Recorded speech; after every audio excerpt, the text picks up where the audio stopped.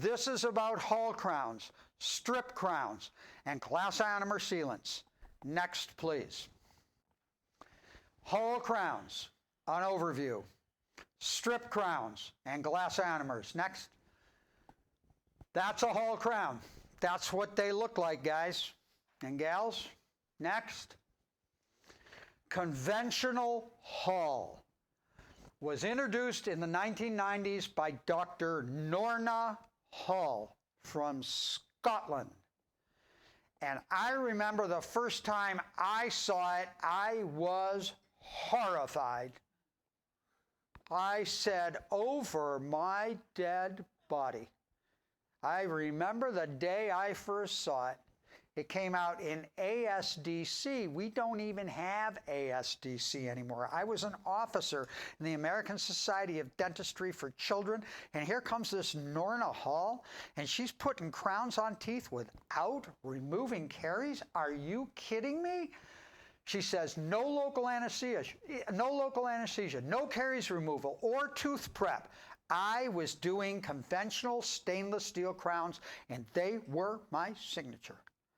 I was told by dentists, I've never owned a private practice. I've been a public health dentist all my life. I was the city dentist in Bangor, Maine for 32 years. Okay? I went into all the schools. And when you walked into the schools, I would go in with my hygienist, and we had a tooth fairy program, and we had everything. NAF rinse, we had, oh my gosh, we had kids spitting across the room. It was awesome. And it was horrible, actually. But you could have those kids smile, and you could see the gleam of every kid. Dr. John has been here. It was my stamp, my contribution to my community. But I used needles, and I used a lot of drills. So when I saw Norna Hall's no local anesthesia, no caries removal, all you do is choose an appropriate size crown, then the crown is fitted over a caries primary molar by either a clinician's finger pressure or the child biting force, where it's permanently sealed in place with glass ionomer cement. That's critical to it. That's what Hall means, is glass ionomer cement. I said, no way. I didn't know what glass ionomer was. I didn't care. I was a bondodontist of the highest order. But boy, did I do the stainless steel crowns. Because, why? Because my composites weren't working. Why? Because they're cariogenic. And I could see that, but I didn't want to admit it. I was following Gordon Christensen and Ron Jordan and Ray Bertolotti and John Kenka. Oh my God. I was their protege. I was their shining light. I was the guy everybody wanted to come and see him. Why doesn't he go into private practice? He could be a billionaire. I wasn't interested in being a billionaire. I wasn't interested in private practice. I wanted to help the working poor. In Mike Shercliffe's words, that's who I was. That's who I is. Next, please. Then, here, first of all, is a Hall crown on a primary tooth. This is Dr. Thierry Boulanger. Also, a conventional stainless steel crown guru from Brussels. But I never knew him. I didn't know he was a stainless steel crown guru until I found out, I think 2 years ago. Next. So when I finally came to Hall crowns, Norna Hall had long since retired, and I looked like a stupid idiot. And I had to face that mirror and say, you are a stupid idiot. I have been there, people. It is up to us as healers to face the fact that we are wrong, that we have actually hurt people. Maybe not intentionally. It was my intention to help, but I hurt people. This is definitely atonement. This passion you feel from me has nothing to do with money or self-aggrandizement or even about me. It's about those I have harmed. This is combination therapy at its best. Always use RMGI, not glass ionomer. I'll tell you why in a minute. It is chemically sealing against substrate, oxygen, and caries-causing bacteria. It provides indirect pulp treatment, and we have evidence for that. And I'll show it to you. The glass ionomer adheres tenaciously and chemically and permanently to the metal of the crown and to enamel and to dentin. No anesthesia, no needles, no drills. Can be done with no aerosol. Creates a high bite that on primary teeth in children resolves on its own in a few weeks. And most importantly, it is child friendly. I have had the pleasure of sending those handouts that you have in your packet to Becca, who is my host. I wouldn't be here if she hadn't invited me. And she took my handouts and started doing hauls. And it wasn't until about 2 weeks ago, maybe 3, that she texts me and said, I did one. I'm not sure if it's okay. Here's an x-ray. I said, it looks great. So she goes ahead, and what was it? Last week you texted me, and you did how many, Becca? I don't know, we've done a lot now, probably like 6 or 7. In one appointment, how many did you do? You may have thought we did 4 in one appointment, but we actually only did 2. Oh, she only did 2 in one appointment. Bad girl. Well, I sent you a picture of a bite wing. I understand what you sent me. I was so proud that she did side-to-side, back-to-back hauls with no local anesthesia, just off the playbook page. Come on. Come on. Yeah, there's some good YouTube videos too, and I'll show you some of those YouTube videos. And you had Jeanette McLean as a teacher also. Okay, so we got to be fair here. But you did this on your own, and I'm so proud of you, and you did such a good thing for your patients, okay?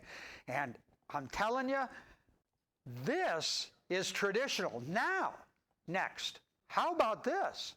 How about SM Hall? Silver modified. Why wouldn't you silver modify everything? If I lose this onlay that was put on 20 years ago by my dentist, this gold onlay, and I say, Lee, will you cement that on? Are you going to go get some glass ionomer cement? And I hope it's glass ionomer, because if you're not getting the glass ionomer cement, I just walked out of your office. But are you going to go ahead and mix that and not put silver diamine fluoride on just for belts and suspenders? If you don't have the silver diamine fluoride on the tray, I'm walking out, Lee. Okay? No, you do. But you know my point. You see what I'm saying? Yeah. Okay. So, mechanisms of SM Hall, silver diamine fluoride, modified Hall, silver modified Hall, okay? RMGI under the SDF and RMGI under the stainless crown arrests caries in unexcavated decay. It disinfects, it desensitizes, it remineralizes, it protects the primary teeth until normal exfoliation. RMGI under stainless steel crowns chemically seals the superficial plaque layer, which is the most essential layer of the biofilm for caries progression. From Edwina Kidd, foremost cariologist, in the Caries research paper of 2004 of How Clean Must a Cavity Be Before Restoration. It changes the biofilm composition into one which is much less cariogenic. Next. Okay. The science behind Hall. It can be recommended as indirect pulp treatment. Okay. There are your references at the bottom for these statements. Okay. High fluoride content releasing, doesn't induce inflammation, necrosis of pulp. Combined with SDF under a Hall crown, has good tertiary dentin ability. Glass ionomer under Hall acts as an essential indirect pulp capping, leaving a layer of carious dentin near the pulp that preserves pulp vitality and increases child compliance, operator comfort as local anesthesia isn't used. It's less traumatic, and kids are more likely to return for treatment in the future. Next. Okay, so there is a meta-analysis that I happened to write when this meta-analysis came out. It was published in JADA, and then I had to stick my neck out and my big fat mouth and had to write a commentary. And Michael Glick was the editor of JADA at the time. He was also the dean at the University of Buffalo Dental School, which my father graduated from in 1952 when I was 3 years old. And what amazed me was that 97% of stainless steel crowns treated with the Hall technique without needles and drills were successful. Norna Hall was successful compared to 94% of stainless steel crowns placed conventionally with needles and drills. That's what the meta-analysis shows. Okay, of the stainless steel crowns studied with the Hall technique, none resulted in harmful symptoms, whereas 5 of the stainless steel crowns placed by conventional means failed due to infection. Hall technique is not only a predictable restorative option, but it also significantly outperforms conventional methods of treatment for caries primary molars. And I said to Glick, wonderful meta-analysis. Thank you, Dr. Glick, for agreeing to publish this in JADA, but why don't we go with belts and suspenders, and let's apply silver diamine fluoride first and then do Hall. So silver modified Hall. Well, there was a hue and cry from the academic community and from of all people like Nicola, who said, well, we don't need it. 97% is good enough. You know what? 90% isn't good enough for me. I want 100%, thank you. I was raised that way. So were you. I want as close to 100, and if I can get 1% better with silver diamine fluoride, why wouldn't I? Because it costs more. Guess how much more? 70 cents more. So when I do an SM Hall, I reach in my pocket and I put 70 cents on the table and I say, that part's on me, you're getting SM Hall. All right? I'll buy that part, thank you. Next, please. Okay, indications for Hall or SM Hall. Asymptomatic or reversible pulpitis, radiographic evidence of a clear band of dentin between the caries lesion and the pulp. Contraindication when there's infection. We don't do this over irreversible pulpitis. And, you know, Doug, I actually put this in there for you. Patients whose airway can't be protected. I think of you when I put these together because this is important. We have patients whose airways can't be protected because of poor cooperation, who won't open their mouth, who won't stay still. We don't want a crown, stainless steel crown, to go where it shouldn't go in their lung. So Doug works on special needs patients in the hospital under general anesthesia. We need to respect that. That is very important. We don't want ever to see that go away, but we also don't want it overused. Not that he ever would, but some do. Next, please. Okay, so you have our playbook pages on SM Hall. Jeremy and I put this together, and of all our playbook pages, this was the hardest, because how are we going to show that thing in the upper right? We want it to go on and be a little springy. How do we do that? How do we describe that? So this is overly wordy, but it has to be, because it's not a slam dunk, no-brainer. This is a learned process. And Rebecca, you get better with time, don't you? You bet. So, Kind of takes me longer than it should. what's that? Fitting them takes me longer. Fitting these takes her longer than they should. But you know what she did on those two that she did back to back? She used tooth separators. I was so proud of you. She used the tooth separators. So I'm going to show you what happens when it's hard to fit because the teeth are too close together. Next. So, silver modified Hall, combination of SDF and glass hammer and the stainless steel con, disinfection, desensitization, arrest, remineralization, 70 cents more. Go ahead. Here's what Rebecca did.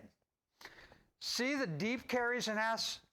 Okay, what we have done with an orthodontic tooth separator, we only on the distal, notice that we didn't put it on the mesial because there's enough room there. A stainless steel can fit there, but in the distal, between the primary second and primary first molar, there wasn't enough space. So we put a tooth separator in there. They bite down on that. The rubber expands and it separates the teeth. How long does it take? I can do it in an hour. If I have time, I have the kids sit over there, and it takes an hour. But if I don't have time, I send them home with it. But I don't like to because they're really uncomfortable. So I kind of like to do it all in the same appointment. But Rebecca, did you send them home? Yeah, It's all right. and then we have a bunch of them placed for tomorrow's clinical day too. We got some, so you're going to see them tomorrow. And that's all fine and good. I'm just the guy who likes to do it all at once because I'm the fireman. I put out the fire, and I make the assumption that I'm never going to see these patients again in their or my life, okay? Because that's my constituency. Those are my people. That's who I've chosen to treat the working poor, the ones that the other dentists don't want. Next. You apparently have some patients tomorrow that Yeah, she just do said. not have. And that don't have it. Okay, so we're going to see some that do and some that don't. Next, please. Okay, so here's what it does. The way I like to put them in is by putting floss on either side. This is from theory. He obviously does what I do. And then he stretches it, and then it goes interproximally, so it's a donut that's going through the teeth. Next. Okay, and this is the result. This is what you get, right? Next. So there we are on the left side of the screen with the two separators. In the middle of the screen, you can see the separation that was created. And on the right side of the screen, that helps you fit when it's too tight. Okay? Next. Okay, so the way you fit is with gentle pressure. If it springs back and you're not getting over the heighted contour, go to the next size. Doesn't matter if there's overhang. Remember, this is with glass ionomer. Next. Okay. After you've fitted it, then you gently lift it off at the cervical margin using a dull instrument. You dry the tooth. You apply silver diamine fluoride. You leave all surfaces moist with SDF, and so you cement on with resin-modified glass ionomer. Why not regular glass ionomer? Because it sets too fast. And it's not creamy, and it doesn't have the proper film thickness. So the best kind of glass ionomer to use is resin-modified glass ionomer, especially when you're learning, because this is going to take you some time. Give yourself some time to learn this. It's a rather steep learning curve, but they make resin-modified glass ionomers specifically for this, for eluting. Not Fuji 2 light cure, thank you, which requires light cure. So they make a eluting resin-modified glass ionomer, which you do not want to use as a sealant, thank you. Okay, that's my point with Jeremy. Don't use the luting for a sealant. The luting kind let's stick with GCA. They're not the only company in the world. I'm not being paid to say this, but they make a couple of great luting cements. One is Fuji Sem Plus. Another is one that I helped them develop called Evolve. Because I said, if you can make me Fuji Sem Plus in a capsule, put it in a double barrel syringe like I buy my epoxy at Ace Hardware. It's got hardener and epoxy in two different chambers, and I squeeze, and part A and B come out on my mixing pad. I mix my mixing pad, and that's my epoxy. I want it like I have epoxy.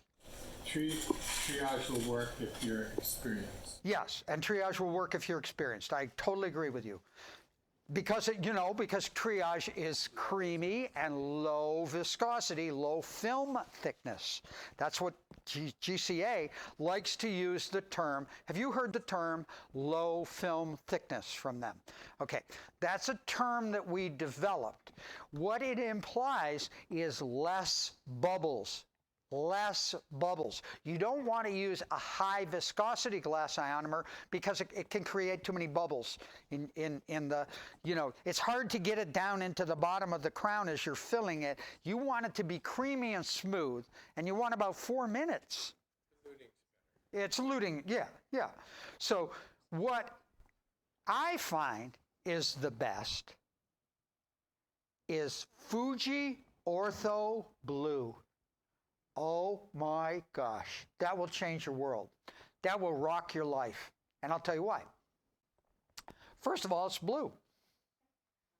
And you can see the excess to remove it.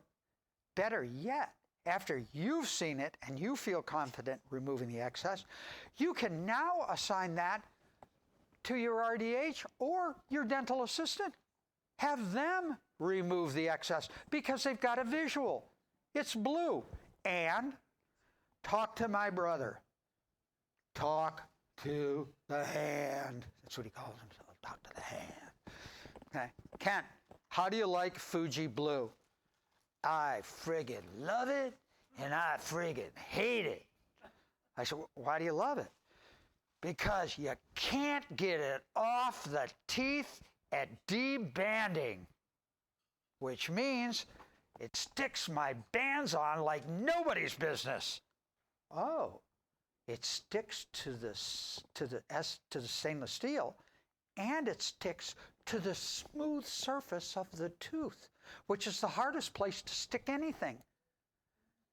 That's why I love it. Why do you hate it? Because it sticks to the frickin' tooth. I can't get it off. He can't get it off the smoothest surface of the molar where nothing in the world sticks, but Fuji Blue does. That's what I want under my Hall crowns. Thank you. Plus, visually, it's blue. Hello. Okay? It's so easy to see that you might have missed a little bit. Okay? So for a luting cement, I like Fuji Blue. That's my personal. Next, please. That's how you fill them. This is Fuji Sem. This is Thierry Boulanger. So we're using Fuji Sem Plus here. Apply from the bottom up, taking care to avoid air bubbles. So you go from the bottom up, like you guys were filling, doing your smarts. You all did your smarts correctly. I watched you fill from the bottom up. Okay, next. Okay, then you keep tooth surfaces moist with SDF. Then you place the RMGI filled crown on the tooth, pushing with gentle pressure past the tooth's height of contour. Next. What does SM Hall provide? It seals microorganisms, it buries them in the cement, it cuts off oxygen, it cuts off nutrients. Decay can't grow. The bacteria in the partially or non-excavated decay gets buried in the resin-modified glass ionomer luting cement where it inactivates arrest. They may not die, but they do inactivate. Then it demineralized two structures under SM Halls, remineralize automatically after the patient leaves. Next.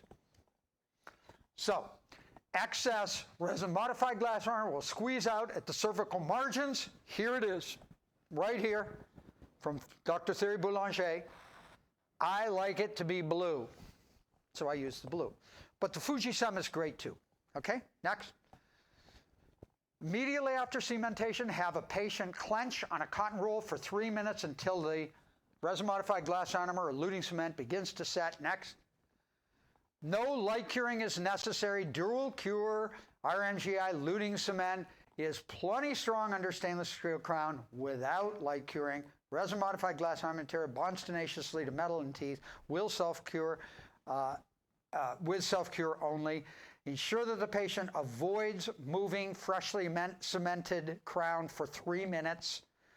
Clean excess cement from between the teeth with knotted floss pulled through. Avoid eating for 30 minutes. And then no sticky or hard foods for a day. Next. Okay. So here's a case study of mine. Kid comes in, he's 6 years old, he's screaming. I mean, he's screaming. And the only reason he's in is that he has been referred by another dentist in the practice for hospital dental general anesthesia. He does not want hospital dental anesthesia. He doesn't want anything to do with nasty dentists who referred him to the hospital or any dentistry whatsoever, but he's in pain. He has caries destruction in number T with an initial lesion on number S. Next. Screaming, hollering, kicking, and yelling I said, I am going to smear this white medicine on the top of your tooth. I applied polyacrylic acid. I smeared some on. I said, you're done. And by the way, Junior, he looked at me and he said, what? I said, you may be the best patient I've ever seen. Get out of here. And off he goes. So, at the first appointment, that's what we did. Immediately his pain was relieved. Patient apprehensive, so we did nothing more. Out the door he goes, except for one other thing. I canceled his OR appointment. Boy, the hospital lost, how much, Crystal, did they lose? $12,000. They just lost $12,000. Ka-ching. I felt very good about that. Yeah, go ahead. Apologies if this is a dumb question. So the child came in pain, you said? Yes. The glass ionomer desensitized. I did silver diamine fluoride and glass ionomer. I did a smart. Like a little, could you describe the nature of the pain? Because when a kid comes Oh, no, I mean, no. The kid is, here's the nature of the pain. The kid is literally screaming in the chair. He just wants no part. He's just looking at me like you are one evil human being. No, I hear you. I just when I hear that a primary molar or any molar is hurting, a filling doesn't seem like the appropriate treatment. SDF is so desensitizing that it immediately desensitized, and then I wanted to seal it in with glass ionomer. Have a reversible pulpitis? No, none. His pain went away immediately. I mean, preoperatively. No.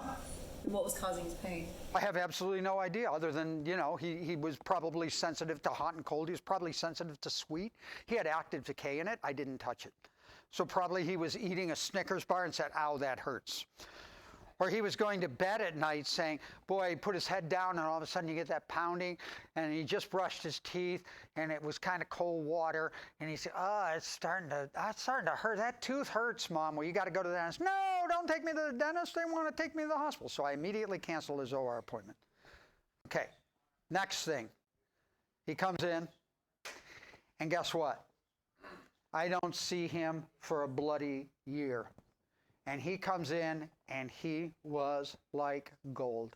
You know what? He sat in that dental chair like he was the best patient in the world, which is what I told him the last time I saw him 12 months earlier. He sat down, looked at me, just like he was the best. What do you want to do? Go ahead. I said, well, let me show you.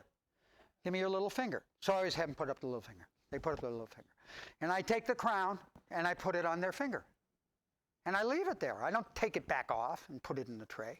I leave it on their finger, and I walk away and do something else. And what are they doing? What would you do if you were a kid? You're going like this, and then what's the next thing you do, Luke? You're going to go like this, and then you're going to go like that, and then you're going to drop it on the floor, and you're going to say, oh, he's going to yell at me. And I never yell at you. I go, good job, dude. You just dropped it on the floor. I don't give a shit.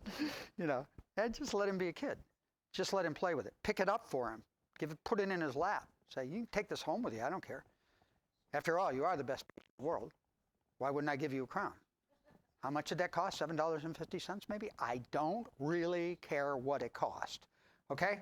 So, the kid is putty in my hands. So what do? I fill it with Fugiosa, I pop it on. I was done. No needles, no drills, no hospital, and the initial lesion in the adjacent tooth was arrested by the SDF. Becca and the glass ionomer arrested the adjacent tooth just by my smearing, just moving medicine around in his mouth, right? Next. Okay, this kid comes in, she's 4 years old. This was an Advantage patient. This was in the Bend clinic. This kid, yeah. Ask a question about the last case before you go on. Sure. So if SMART is so good, why did you need the stainless steel crown? I didn't. Thank you. Doug said, if SMART was so good, why did I need the stainless steel crown? Because at that juncture in my trajectory in this journey, I wasn't as confident of SMART as I am now. And if I had to do that case over again, I wouldn't have done the Hall. I had already done what I needed to do. Which brings up one more point that I can cover. No, go ahead. What's your point? So a lot of pediatric dentists look at stainless steel crowns as an a hammer looking for a nail. How's that? If you have A nail looking for a hammer. nail looking for a hammer. So, how do you, if would we all agree that we would not treat a non-cavitated lesion with a surgical restoration? John? Yes. Would you do surgery on a E1, E2, D1 radiographic? Absolutely not. A lot of pediatric dentists are using Hall crowns because children have multiple E1, E2, D1 I lesions. totally agree with you. It's over treatment. Number two, how do you know it's not already arrested? Exactly. Exactly. How do you know it's not already arrested? What Doug is saying is so important. Please, in your trajectory with MMC, learn how not to overtreat, even though your impulse is to overtreat. Learn that if you overtreat, you shouldn't. Criticize yourself. Be self-critical. Build your own confidence level up like I did in doing SMART. Go ahead, Becca. So when I look at it, like a 5-year-old comes in and they have, let's say it's just a class 2 on one side of the primary molar. On a 5-year-old though, if I place a Fuji 2 Smart Fill, I'm going to be replacing it in a couple years, and then you're replacing it in a couple more years. So to me, it makes more sense and is less invasive, especially if the kid's not coming back routinely, to do a Hall crown. Yes, and your trajectory level. But I will guarantee you, Dr. Rebecca Flays, that 2 years from now, you will not say that. Number one, you're going to have better management of the materials and you're going to have more confidence in your SMART. And you're going to say, you know what? I'm not going to be replacing that in 2 years. As a matter of fact, I bet I never have to replace that until that tooth exfoliates naturally. But it is a process that you personally need to honor. And every one of you does too. The confidence building does not come overnight. I am not recommending that you change overnight from doing a class 2 or from doing a Hall crown or a crown like she's comfortable doing with, to doing a class 2 SMART that you may not be as confident in. Give yourself the latitude. Would you agree, Chris? The latitude to build confidence. No, I mean, absolutely. I think that I had the same experience, honestly, doing and had to pop out, and then I was thinking, like, I'm always thinking, like, what's the parent thinking? Like, they just did a filling for me, and it came out, after a couple of months. I think we sometimes think with our patients' parents in mind. You bet we do. What are they thinking about us? Yeah. Man, I should go somewhere where a filling's going to stay in, and Yeah. So I've been there, but. Plus, if they're really tight caries risk, then sometimes you're just waiting for them to get the cavity on the other side of the primary molar. And then at that point, I mean, if you have an MOD on a primary molar, isn't a stones to a crown a better treatment option? Well, as far as Give it to Doug. Give it to Doug. I didn't Let him hear say. it. I'm sorry. No. Repeat Go. the question. She said an MOD on a primary molar isn't a crown a better option. Okay, so John showed 2 pictures of the JADA case that I published in JADA with the Sjogren's patient. And by the time I was doing selective caries removal, those teeth were rotten down to the gum line. I took an impression and I made glass ionomer crowns. Because she had no money to do anything else. We weren't going to edentulate a young person. So it was an experiment. No one in the right mind would do a whole mouth of GI crowns. But guess what? They lasted over 2 years until we lost track of the patient. Not one failure, not one breakage. We learned this from the operating room. We throw a matrix band on a tooth because we don't have time to do a crown in the OR. So we throw a matrix band on the tooth, we fill it up with glass ionomer, and patient is eligible again for OR in 5 years. They come back, and it looks like the day we placed them. And they're chewing on them, they're not brushing on them, they're not brushing their teeth, they're not doing anything different. And they're still there. Let me say So, something about that. the hammer test, Yeah. right? Okay. How strong do you need it? Okay, but with all due respect, you ain't no Doug Young, but you will be. You, of all the people in this room, from what you have shown me in your text to me, it is a very, very short time before you will feel more and more and more confident not doing that. And I'm not saying you should change tomorrow. And I'm not saying you should modify the way that you're thinking. I just want you to leave that part of your mind open to expand further as you move with the material and learn from the master. Well, when do you think stainless steel crowns are indicated then? Okay, let's look at this. Okay, next one, please. Here's where it's indicated. This was an Advantage patient. I was in the Bend Clinic. I had 45 minutes, and people were really uptight that day. And this little girl comes in, not a word of English, all Spanish-speaking Mexican dad comes in. He's crying. Dad's crying, bawling his eyes out. I said, broken English, I can understand you. Tell me why you are crying. The little girl is not crying. The father needs behavior management. The child does not. She's sitting in the chair like a little angel. And he's going, Doctor, I almost lost my son. This place put my son in the hospital, and I was never so scared in my whole life. And we almost lost him. I would just do not want my little girl to go through that. And I said, oh, okay. You know what that appointment was for? It was the pre-op for the hospital. Do the pre-op. She's already scheduled for the OR. She's going in a day. Just do it and get over it, because we got a whole list of patients you got to see. Oh boy, I didn't have any support from staff. I didn't have any support from the front. I didn't have any support from the other Advantage dentists. Just do a flippin' pre-op for the hospital and let this patient go. With this dad crying? I'll answer your question in a minute.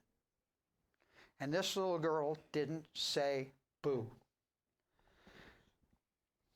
I could have done smarts on these teeth. They were destroyed second molars. But I didn't have the option to take the time. The hauls were going to be faster.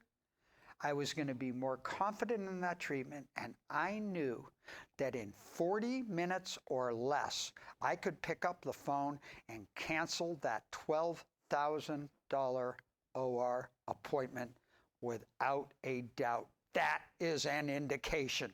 And she never got a needle. She never got a drill. We did 4 of them. She didn't say boo. Next, please. No needles, no drills, no aerosol, no tears. Maximum prevention, triple combination therapy, SDF, RMGI, and stainless steel crowns. Next, and she'd never seen a dentist other than her exam appointment, at which a dentist said, you're going to the hospital. And she didn't even cry. That's what I'm talking about, abuse of the system. Total chair time, 45 minutes. Dental general anesthesia appointment canceled per parent's request. Patient dismissed with no pain or sensitivity. Bite was open for 3 to 4 millimeters. I said to Dad, in the best sign language I could give him, cut up her meat. She's not going to be able to chew steak, Dad. Cut it up for her. And I said to her, are you okay with that? And she said, I'm okay with that. And Dad said, I understand you. I said, good. I'll see you in about a month. And I saw her at her post-op, and her bite was resolved. Next slide. This is from Dr. Thierry Boulanger. I'm going to answer your question, but I want to finish this thought, okay? So this is from Dr. Thierry in Belgium. Okay, these are your resources. These are your citations for self-correction of the open bite. Look at his articulation marks. They're all even. 6 weeks post-haul. He sent me this. He said, when people don't believe it, here's proof positive. Here, look at this. Put this in your slideshow, John. I said, thank you, Theory. I will. Next. This is SM Hull, an alternative to hospital OR. Can I do smarts on that? It depends on the patient's behavior. It depends upon their age. So Becca, to answer you, yes, I could have slapped some glass ionomer in there, but I felt more comfortable doing the 4 hulls. 60 minutes, sensitivity and pain upon eating in the 4 lower primary molars, no sensitivity, no pain in the treated teeth, no needles, no drills, no hospital or in-office sedation. Next. Now, before I go on to this next case, I want to answer your question or I'll forget it. Go ahead. Well, it's more of when parents come in and they're crying, this is a preventative disease. And you said it comes back to diet, right? Uh-huh. So having those communications with the parent, like, this is preventative and children don't need to be dying of this when we can get parents on board. Yeah, totally. And I had no time. It hurts me Try to too. blame the hospital or try to blame the dentist. It's like, why is this child getting decay in the first place? Yeah. And I had no time for that, and I'm a nutritionist with a degree in nutrition, and I had 0 time. I was at Advantage on one of the busiest days I ever worked there. I was in the Bend office. Everybody was breathing down my back. They were already kind of pissed that I was even there. And you know what it was, Gary? You were there.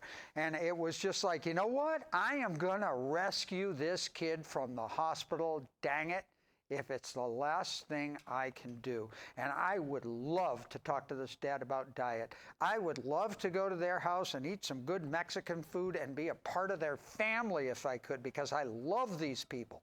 But I didn't have time.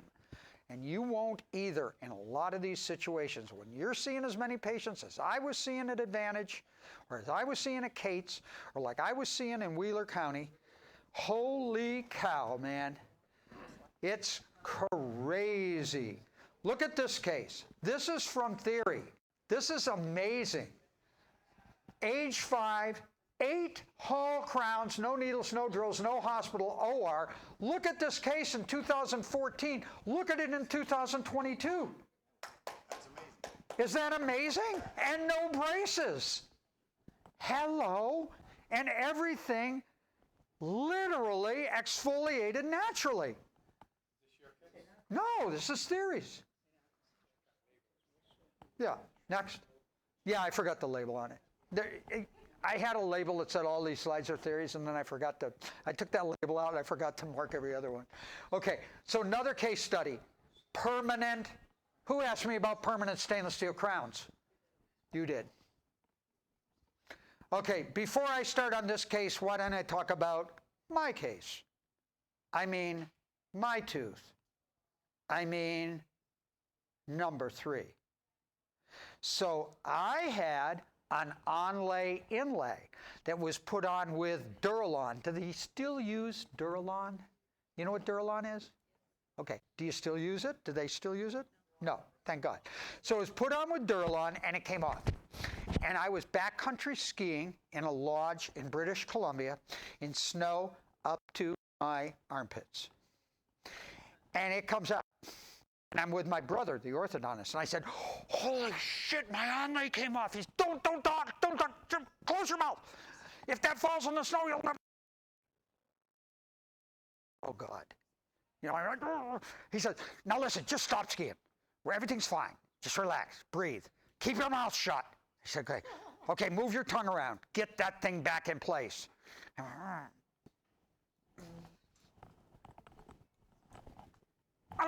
I got it. He said, bite your teeth together. I bit my teeth together. He says, don't stop clenching. Are you kidding? I got 4,000 vertical feet of bottomless powder coming up through my jacket and out my cuffs, out my collar and past my ears in the deepest powder I've ever skied in my life. And I'm skiing it like this. You know, you want to ski it like this, but you can't, okay?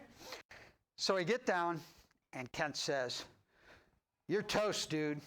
You got to keep that mouth shut. You know, we got 3 more days of skiing to do." Okay, so I go back home and I go to a dentist that worked in the practice that I was in, and he wants to cement it with something other than glass ionomer. I do not know what they use today, but I wouldn't let him. So I bounce out of the chair and I said, "You're not touching me." He didn't last 2 days after this incident because Dr. Kate heard about it. He didn't have SDF on the chart, and I had trained him. He didn't have glass ionomer on the tray. He didn't have SDF or glass ionomer on the tray. And he was going to put my inlay in my mouth with God knows what over my dead body. I ejected myself out of the chair, and I said, "You're never touching me again, dude." And I walked out, and all the dental assistants said, "Whoa, Dr. John pissed." Darn right I'm pissed. I thought I had him trained. He lied to me. Don't lie to me. Just don't. It's not good. So I went home, and I mixed my own, and I put it on, and I didn't get it on in time, and it was a little high, but I lived with it. I lived with it. And then I kind of started to wear, and I wore through it, and I perfed it, and it's a year later, and finally I said, "I've had enough." And I call up Kate. And I said, "Kate, are you ready to do your first Hall crown on a permanent tooth?" Kate had never done a Hall even on a baby tooth. Because guess who got all the Halls? You bet. And I'm asking her to do a Hall, and I could have had anything I wanted on my number 3. I could have had the best. I could have had zirconium. I could have had all that fancy crap. I put my own tooth separators in. They can be painful on adults, by the way, if you haven't had it. You know, I don't recommend it if you have sensitive teeth. I was sensitive to the 3 or 4 days of tooth separation. But then eventually it went away. It lasted 2 days, and then I was fine. And I went in, and Kate very wisely assigned my favorite dental assistant, who had done many Halls. And we did my Hall with me holding the mirror, and the dental assistant that I used, who was treating me and guiding the dentist in her first Hall crown. And because I'm an adult, we did have to shave down the occlusal, a dite, okay? Because I was open, all right? And we needed to get it, down over the height of contour. But we got it in, and I'm proud to say that was over a year ago, and there it is. And I love my Hall as much as I love my gold crowns or more. And any of my gold crowns come off from now on. I'm 72 years old, I guess, and I ain't getting no more gold. I'm getting Hall crowns. If I have to do them myself, damn it. All right? So let's go to the adult. Not all adults want needles and drills, and many can't afford gold or zirconium. I don't want gold or zirconium. I want a Hall, and I want it done now because I'm going on a bike ride with you on our transitions. And we are going to rip, dude. I don't want to sit in the dental chair while you're fiddling with thinking about whether you need an endo or not. No, I want to ride, Clyde. Jesus, can we get this in our heads? I don't know. What's more important to you? To me, it's the ride. 72 years old. I need to ride because I may not have very many left. Right on, brother. You bet. So these are 3 years post-op on an endode tooth. On an adult, hello. That's when I realized the theory is what we call in Maine a tin knocker. Has anybody ever heard the name tin knocker? Okay, a tin knocker was a craftsman who put in the pipe, the stovepipe, in your wood stove. Because we didn't used to have Ace Hardware where I lived in Maine. We were really backcountry. We used to have the tin knocker down the road come, and he had these crimping tools. And he'd crimp it to whatever size the hole was, and then he'd crimp it to the next one, and he'd put in the damper, and then he'd work it all the way up into the chimney, and he might have to change the diameter of the pipe as he went through your wall and through your floor until he got it done. That's what the tin knocker did. So I considered myself a tin knocker because I was able to take stainless steel crowns and fit them to permanent teeth in a way that was as tight or tighter than cast gold crowns. And I started doing it on adult teeth. Next slide, please. And so did theory. Look at the margins of that stainless steel crown on that x-ray. That's when I knew he was my brother from another mother. Next, I said, theory, you're a tin knocker. Well, what happens on the permanent molar? They perf them, the Bruxers. Me doing this while I'm lifting weights, right? And I perf the damn thing. Well, what is that? You fill that sacrificial perforation with glass ionomer. And it'll be your wear spot that'll always wear down, and every time you come in, every 6 months, I'm going to add a little bit, and guess what? I'm not even going to charge you. Why would I? That's value added. Good to see you again, Doug. See you again in 6 months. Okay, brother. Right? Is that where we're at? Isn't that what we should be doing? Isn't that what the healer would do? Next. So, permanent teeth. How do you code for Halls? I don't care whether it's a permanent teeth or a baby. You code for stainless steel crown. You make a lot of money doing that. And I'm not saying that you should. And if it's overtreatment, it's overtreatment. Damn it. Don't overtreat for the sake of money.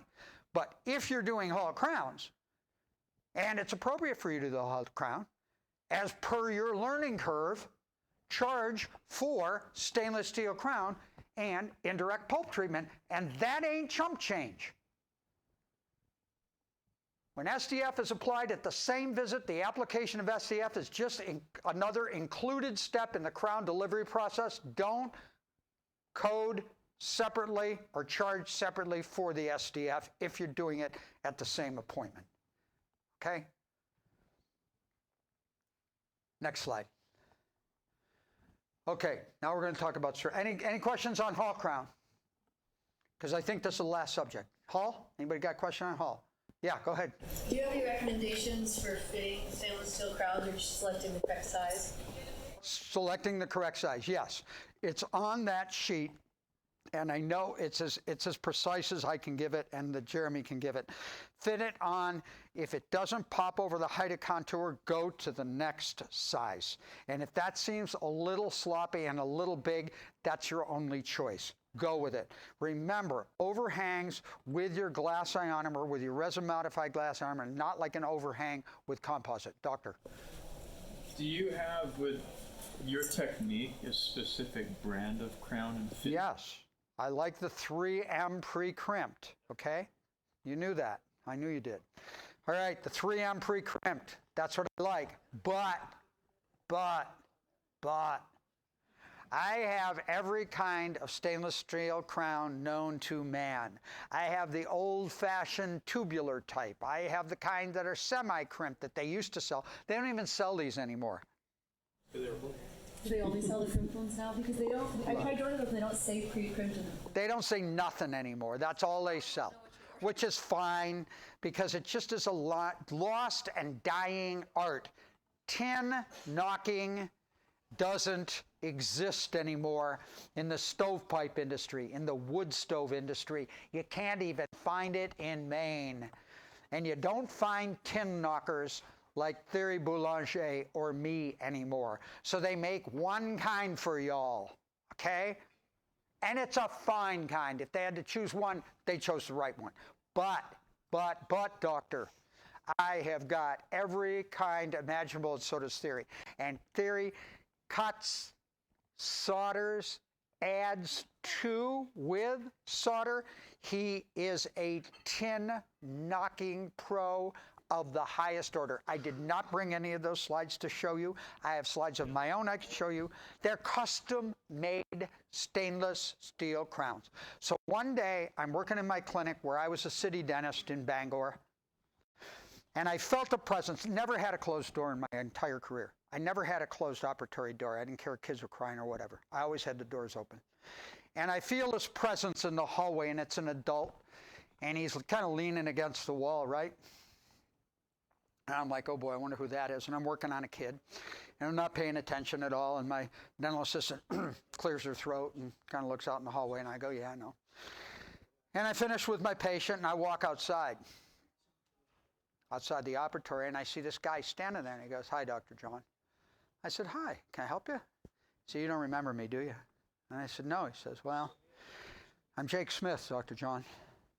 I said, Jake, my God, man, where have you been? You're all grown up, buddy. I said, you were just a little shaver. He says, I've been around. He said, I wanted to stop in and see you. I said, you did? He says, I really did, Dr. John. He said, I just got out of the big house. In Maine, that would be Wyndham. That would be the state prison. And I said, oh, Jake, went to the wrong side, eh? He goes, yeah, things weren't so good. I'm good now. He said, but I want to show you something. I said, what?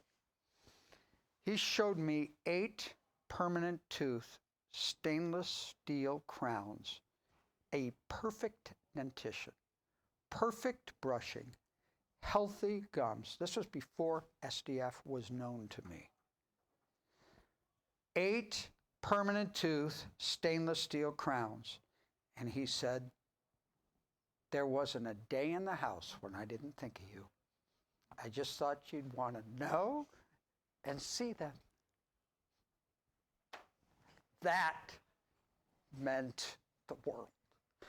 But those are stainless steel crowns on permanent teeth. And he had them in his mouth. And if he had perfed them, I would have put glass ionomer in there. And I would have said, this is sacrificial. Come to me. Even though you're not eligible for my clinic, even though you're an adult and this is a children's clinic, you come to me. And I'll put those in there because that's the value added that I give as a healer. Okay, next. Glass ionomer strip crowns. Next, please. I don't know if anybody ever used strip crowns here, and you might not even know what they are, but they're thin, clear, plastic, tooth-colored material. It gets fitted into these things, and then they fit over the tooth, and then you cut them away. That's why they're called strip crowns. You strip them off. Have you used them? I've tried and failed. You've tried and failed. Anybody else use strip crowns here? Good. Successful? No. A lot of no's. Yes? Any yes on success? Yes. Yes over here. Yes. Let me see the hand over here. Who did a strip crown? Yes? Good. Successful? Wonderful. Congratulations. All right, so let's take a look. There's all kinds of different strip crowns. Next. Okay, they come like this. This is the set that I'm using presently, Becca. These are available in primary teeth, okay? And next one. What they are, full crown coverage with single agent therapy. We're not using SDF under this because they're aesthetic, okay? So, we're almost done, by the way. I know we're getting to 4 o'clock. So they work over partially or unexcavated decay via chemical sealing against substrate, oxygen, and other carie-causing bacteria. They're antibacterial, demineralizing, remineralizing. They are indirect pulp treatment. They adhere tenaciously and chemically in a permanent way to enamel and dentin, no needles, no drills, and child-friendly. Next. So they arrest, desensitize, remineralize, that's their action, seal chemically, change the biofilm composition into one much less cariogenic. Number 3, and then go ahead. So, glass ionomer, or I like Fuji 2 for this, for my strip crowns. That's what I use, okay? They are IPT. There is your evidence from Nicola Innes and from Ricketts and Kidd and Clarkson. GI strip crowns increased child compliance and operator comfort from Liddell, and we've got the evidence. Next. Okay, sometimes they come this way with a holding tab on them, and sometimes they come in a brand that doesn't have the holding tab. Both work. Next. Here's what we do. You choose the proper size by matching the length of the strip crown incisal edge to that of the tooth. Next. Then we fit them on, but we make a vent hole in the back. If you don't put that vent hole in, doctor, it's not going to work. So you can either drill that with a drill or you can poke it with an explorer. It doesn't matter, but you got to have the vent hole. Look at the lower left quadrant on the screen. You see how it comes out, the vent hole? That's critical, that lingual vent hole, okay? Next. Go ahead, Colin. All right, so you carefully remove as much plaque and soft, unremineralizable material as possible. The reason I say carefully is a lot of times their gum tissue is friable and it starts bleeding, and then you don't get good bonding and adhesion with the blood, okay? So I'm always very careful when I do strip crowns not to clean too vigorously. Then I apply polyacrylic acid, rinse it with wet cotton, whatever. Next. Okay. I fill the strip crown with a glass ionomer from the bottom up, then carefully seat it, and then onto damp surfaces with okay, so the surfaces are damp, okay, not too wet, not too dry. Remove excess material that escapes through the lingual vent hole. Immediately, I light cure it if RMGI, or wait 4 minutes if self-cured GIC. Most of the time, I'm using RMGI on this. Most of the time, I'm using Fuji 2. Most of the time, my kids don't want to wait that 4 minutes. Okay, next. Okay, once it's set, I carefully cut the strip crown off or discard, or I wait until another appointment. I've already put the kid through a lot just to fit that thing on there. And I've got my excess all removed, and now I got to tell him to sit still while I use a scalpel to cut that thing off? He doesn't want me to use a scalpel anywhere near him. He wants out of that chair. What is the problem with me letting him out of the chair with the strip crown on? Come back next week. Come back next month. Well, what if it pops off and he swallows it? Oh my gosh, it might go into his stomach and come out as poop. Oh dear. Okay, next. I'm going to leave it in, thank you. So consider removing the strip crown at a later appointment on extremely young or uncooperative patient, and give post-op instructions to avoid crunchy hard food for 24 to 48 hours to allow the maturation phase where the zone of chemical fusion and the tooth become one. Next.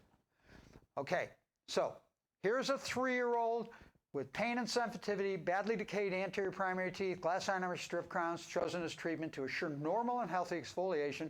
Use polyacrylic acid as conditioner, not acid etchant, please, which is more than 2 times as acidic and thus removes too many of the mineral ions. Okay? Polyacrylic acid favors the chemistry and eventually makes the glass and the tooth become one. Next. There's your end result. Here's Equia Forte. This is Thierry Boulanger. He likes to use Equia Forte. These are his results with strip crowns on permanent teeth. Just be sure with both of these kinds of situations to use your polyacrylic acid before cementation. Next. This is my case. I think it's the last case we're going to see. It's a 4-year-old, unmanageable. We simply applied silver diamine fluoride 2 times to put the fire out and build his confidence. He was a bloody terror. 1 second, Doug. The decay became black and hard. This was an unmanageable child. Go ahead, Doug. Just one tip on using the polyacrylic acid on vital teeth without silver diamine fluoride. It becomes, if you forcefully cement that crown, any crown, it could create hydrostatic pressure in the tubules and you'll get post-op discomfort. Right on. So cement slowly. Very slow. Very slow. Or question whether you really need the PAA in that case. For example, if you have not strip crowns, but a permanent restoration that you want to cement, the manufacturer's instructions don't include PAA for permanent luting cement. Because of hydrostatic pressure. Because people don't know to cement slowly. Cement very slowly, which is why that vent hole is critical. Okay, very critical because of the hydrostatic pressure. So this kid comes in and he is holy terror. Next. Okay, eventually, guess what? He trusted us. And it didn't take long. It was maybe a year. And he started coming, he would come in regularly, see Dr. Kate, or he'd see me, or he'd say hi to the girls. And he was well behaved. And every time he came in, I made real special sure. I told him he was the best patient I ever knew. And his mother used to roll her eyes. Oh my God, are you kidding? You are such a liar. He was so bad. Okay? He also let us complete occlusal smarts on K and L. Eventually. You just got to be patient. Next. Proud of his own behavior, loves his new front white teeth, no needles, no drill, and mom thinks we're heroes. Well, good for mom. He's the hero. Next. Okay. Code and charge as 4 surface composite crowns if you're a dentist doing this. That's a composite crown, and that makes good money. And charge for indirect pulp treatment, and there are your references for doing so if anyone questions that. Next. Okay. Glass ionomer sealants real quickly. Next. Classic definition. What is a sealant? It is a thin coating that when painted on molar chewing surfaces can prevent cavities for many years by covering them with a protective shield that blocks out bacteria and nutrients. Once applied, sealants protect against 80% of cavities for 2 years and continue to protect against 50% of cavities for up to 4 years. Wow, isn't that great? BS. Sealants are fillings that fill in fissures. Let's get over ourselves. They're just fillings. If resin sealants, then they're no different from resin fillings, which can often be cariogenic due to leaking. Next. The present metric for successful sealants is that if they remain in place, sealants are protective. And those are the 3 studies that show that. Next. But why the retention metric is flawed? Because sealant retention does not always mean decay-free teeth, because resin sealants, like the most common kind that we see, often hinge off the distal, thus creating a trampoline effect. Trampoline effect. And that traps substrate and microbes underneath. Next. After you see these slides, I hope you never do another resin sealant. The profession is at risk of misdirecting care by maintaining reliance on sealant retention as a viable metric from Rick Niederman. Come on, guys. Okay. GI sealants release fluoride. They have lower technique sensitivity. They're moisture forgiving, and they set under saliva. They can be applied at the rate of 1 sealant every 4 minutes. You can't do that with resin. Okay? They can be reapplied in mere seconds. They seal chemically, not micromechanically, and they are permanently, not temporarily, form an acid-resistant zone of chemical fusion. Next. Prevention of caries by GIC sealants does not depend on bulk retention of the material. Glass ionomer releases fluoride and other metal ions into the susceptible areas of pits and fissures, making teeth caries resistant. Yangapal, 2016. After 8 weeks, the tooth and the glass ionomer interface remain molecularly linked and acid resistant, even if the glass ionomer sealant is lost. Next. Again, always go back to Seghetti, 2014. Glass ionomer as a sealant on that permanent first molar prevents decay between the teeth interproximally. Next. Okay, Equia Forte, partially lost, but has a no caries outcome. Therefore, easy to add more without needing a dry field. And we don't charge for these in the offices that I work on. That's value added. That's just simply giving you a little bit more medicine on the tooth. What does it take me? Like 2.5 minutes, maybe, at the most, to add a little bit more to that? But those are decay-free teeth, and that's from Brussels, Belgium, not from Bend, Oregon. Same thing, though. Next. If you can't make teeth dry, resin sealants won't work. In schools, high viscosity glass ionomer works better than resin sealants and better than triage, which is a low viscosity in schools. Doug Young has 2 kids who are graduated from dental school. They are dentists themselves, and when they were kids, he put on posterior sealants on their molars that they still have to this day.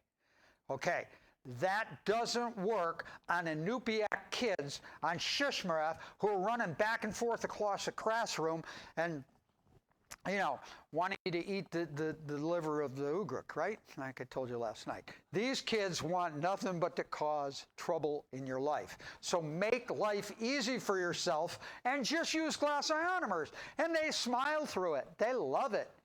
Try to keep this kid's teeth dry. To put on a resin sealant, you will not succeed. Next. Okay. Caries preventive effect of high viscosity glass ionomer sealants was between 3.1 and 4.5 times higher than that of composite resin sealants after 3 to 5 years. High viscosity glass ionomer sealants has a 4-time higher chance of preventing caries than light cured composite resin sealants, and that's from Yo Franken. Next. Operculum. I don't know if anybody or everybody knows what an operculum is, but by definition, it's a piece of gum tissue overlying the biting surface when permanent molars erupt, which resolves on its own after eruption is complete. Twice in every normal human's life, opercula trap substrate, creating a cariogenic acid-rich environment atop new enamel. It happens twice in every human's life, between the ages of 5 and 6 and 8 and 11, on 8 permanent molars. Next. During that time, this is what happens. This is from Dr. Jeanette McLean on number 30. You can see the opercula. There is no way you're going to keep that dry. The capillary action of the saliva is going to percolate and be right there no matter how much air you put on that. And anytime you put a resin sealant on that, it's going to hinge from there to there. It's going to hinge like a flap, just like this. That's called the trampoline effect. And all the substrate is going to go right under it, and you're better off doing nothing because that's just going to trap food. A composite resin sealant will hinge and trap plaque, and a resin-modified one won't. Resin-modified glass ionomer and glass ionomer does not hinge. It does not trampoline. It cannot. It is not a physical property that it has. Next, please.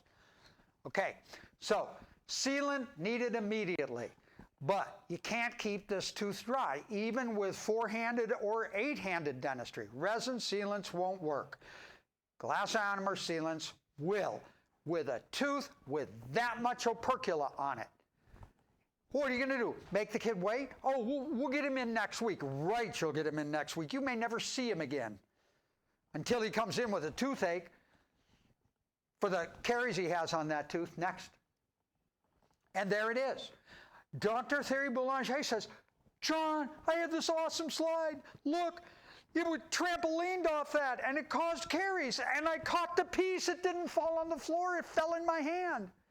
Show that, he says. Show that in Hood River. He's talking to me from Brussels. Show that in Hood River. Okay, I will. That's the trampoline effect. Next. Okay, so what did he do? He put SDF in there, and it detected that it was a lesion under a composite trampoline. So what did he do? He left the SDF on and put glass ionomer over it and fixed the problem. Next. Okay, this is your playbook page on sealants. I'm not going to go through it. You can go through it yourself. Again, I would laminate this and bring it in the operatory with you. Don't be afraid to show patients. So this is theory, cleaning the pellicle off. He uses a brush like this on those posterior molars to make sure that he gets all of the pellicle and everything off before he uses the polyacrylic acid, before he puts on his glass ionomer sealants. Next. Here he is putting on his glass ionomer. He's using the microbrush. That's step 2. Next. Okay, there's his glass ionomer sealant. He applies his glass ionomer with the capsule's nozzle to the occlusal surfaces, then he smears down and across with a water or saliva dampened glove finger without lifting his finger off the tooth. Next. This is a non-cavitated lesion. Next. Even crappy 1990s resin sealants. We used to use this stuff called Delton before many of you were born, that were applied on cavitated lesions without drilling. They showed the same outcomes as amalgams over 10 years. Even crappy sealants. Okay? Clinical recommendations including sealing over caries with glass ionomer sealants because that can prevent the progression of decay of non-cavitated lesion. From JADA, 2008. Next. Okay, so no fissurotomy. Fissurotomies. We have fissurotomy burrs. We're supposed to go through the fissure with the burr to clean it, to freshen it up before we put our sealant on. And yet it has been recommended in 2008, 2014, and 2018 that enamel removal is unnecessary before sealant application. Quit removing indigenous material from your patient's mouths that belongs there. It's unethical, and it is tantamount to malpractice. Next. Okay, this is in Dr. Duffin's office in Kaiser, Oregon. We tried 4-handed resin sealants in a waiting room on this special needs boy and could not keep his teeth dry. Next. Mom was wonderful. But with glass ionomer sealants in the waiting room, we succeeded because glass ionomer sealants are applied over moist teeth, and he could tolerate this but could not tolerate dry teeth. Next. Okay, so in summary, what I'd like for you to never forget is that silver diamine fluoride, glass ionomer, fluoride varnish, 5,000 part per million toothpaste, MI paste, diet changes, Hall, GI strip cons, GI sealant, all work better together than alone. And never forget that at any stage of demineralization, short of non-reversible pulpitis, remineralization with essential medicines is possible. And number 3, Chris Kammer, shout it off to the rooftops. Put out the fire as a first measure, huh? That's right. Isn't that it? Yeah. It never makes sense to treat a single lesion or a single quadrant of lesions while leaving other active lesions untreated. That is unethical. The house is burning down, you're not going to be remodeling the kitchen. Exactly. Exactly. Put the fire out in all teeth first. Be a carpenter and or a jeweler later, if and when time, money, and behavior allow. Next slide. This is from Dr. And I don't have the slide up here to toot my own horn. I want you to hear what Johnny said, because I had no idea this was even going on. This is the guy in Vermont. Over 3 years ago, I heard Dr. Frachella speak on MID, radically changed my practice while simultaneously saving my soul. I was an associate at the time, and we've now opened the 4th practice in another state, 15,000 patients. We've shifted from low-volume surgery to high-volume prevention. That's where I'd like to see you all go. All right? It's not a hard sell. In fact, it's no sell at all. It's honest conviction. Truth is palpable to all people, adults and children. MMC is what people want when given the option, which relates to staff as well. Is that not true, Trish Kammer? Amen. That is you all the way. Victorious Dental in Madison, Wisconsin. That's what this guy does. And he was a cosmetic dentist, and his dad before him was a cosmetic dentist. Founded the American Academy of Cosmetic Dentistry. My dad did. Founded the American Academy of Cosmetic Dentistry. And this guy does this. Back to Johnny. In my opinion, the days of traditional dentistry are numbered. Since Dr. F's lecture, my advice to all dental professions has been that you can either get on the train or not.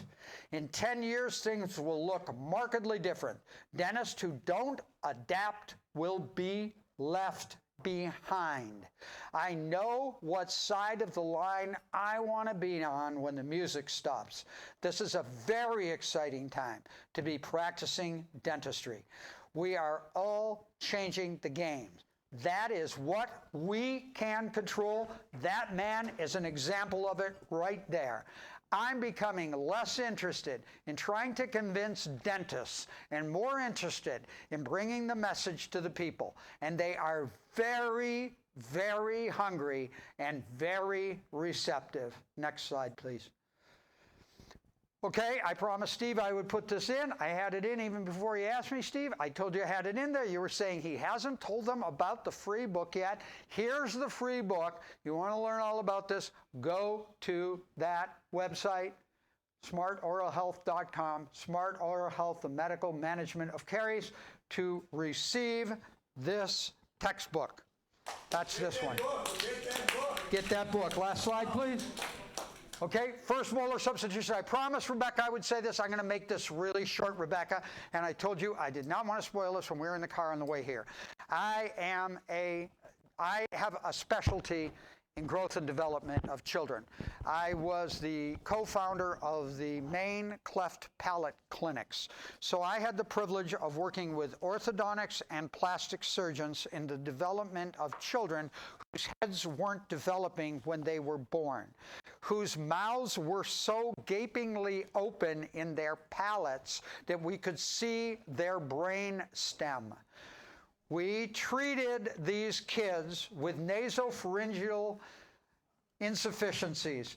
Rebecca, we had kids who had Stickler's syndrome. It took us 20 years to find Johnny Appleseed, the Stickler Appleseed guy, because he was impregnating so many women down east. And your partner knows where down east is because we were talking about it last night in Maine. And in down east Maine, there is so much intermarriage that cleft palate is at an epidemic level. We had so many kids whose faces and heads and necks were not developing. So we had a really big issue with what we call first molar substitution. So the team still exists. I retired from the team because I moved to Oregon, and I asked my team, I said, I know a doctor, her name is Rebecca Flays, she's a wonderful gal. She wants to have our input on first molar substitution, and here's what they said. I've had the honor and privilege of learning from the very best, firsthand, from some of the most prominent orthodontists and plastic surgeons and geneticists in the country. They tell me, and it has been my experience with thousands and thousands of patients, that each first molar substitution case is different, making pans, cephs, tracings an absolute requirement for decision making. That's huge. If we can spend all day reviewing these panels and discussing options of what to do, if we can get to the party in time before decay ruins our chances of saving permanent molars. Next slide. for the very best surefire treatment of first molar substitutions, I'm sorry to say that you've got to go upstream of the disease with SDF and glass ionomer before and during primary molar eruption, all the way to the pregnant mom, all the way to that chart that Jeremy has provided for us. Study that chart, put that up, frame that and put that in your clinic. Establish glass ionomer school sealing programs in all grades right here in Hood River from preschool to 12th grade. Have your medical side in your FQHC apply silver diamine fluoride at all well baby exams and at all immunizations. Choose SDF and glass ionomer restorations and SM Paul crowns over all other restorative options. Stop the early decay of permanent first molars. Don't try to fix it with substitution. It just doesn't work. Last slide, please. That's me. Copy that down. Email me anytime. I will answer your questions. I ain't the kind of guy who will ignore you. I don't do that. I answer all my emails to the disgust of my wife, but I do it anyway. Okay, your magic numbers are there any other last questions or comments or whatever? Sure. On your most important slide with all the preventative measures, area number 1 preventative measure, could you review that again? It was xylitol. in moms, as in mothers? As in mothers. 3 to 15 months? Correct. That means at 3 months of gestation, when the doctor says you're pregnant, all the way to 15 months later. That was postpartum. Postpartum. And through the milk. Okay. Through the milk. Through the milk. Yeah. Good question. My wife caught that too, by the way. So yeah, I was just curious. No, I'm glad you asked it. I was hoping that somebody would ask it, actually. I thought someone would have asked it before. So that affects xylitol is in the milk? Yes, it goes through. Yeah. You're treating the vertical transmission of bacteria from caregiver to child, not necessarily the infant. Exactly. That's as far as you can go upstream. And that's why I keep saying upstream. Huh, Doug? What kind of xylitol dosing is required for the? I mean, what do they do in this study? I guess we go with that. Both mints and gum. Yeah. And they gave it to the moms, and it is called PREDICT. It's the PREDICT study by Peter Milgram. It is absolutely indisputable. It is inscrutable. It is amazing data. Thanks to both Peter Milgram and Dr. Mike Shercliffe. Yeah. John, you have to announce what's happening tomorrow. Oh, yeah. So I hope to see you tomorrow. Thank you for your attention today. I really appreciate it. You've been a wonderful audience. And sorry I kept you so long. Thanks. Thanks, everybody. It's on. All right, wait a second, everybody. Someday there's going to be a Mount Rushmore for the legends, the true legends in dentistry. John Frachella will be on that, and let's have them hear us in the next room. Make some noise for John Frachella. Dr. John Frachella, everybody. Woo. Thank you. Oh yes. It's about you, not me.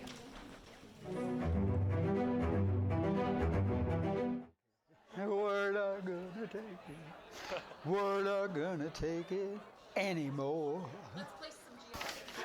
Okay, everybody, we ready? Let's get going.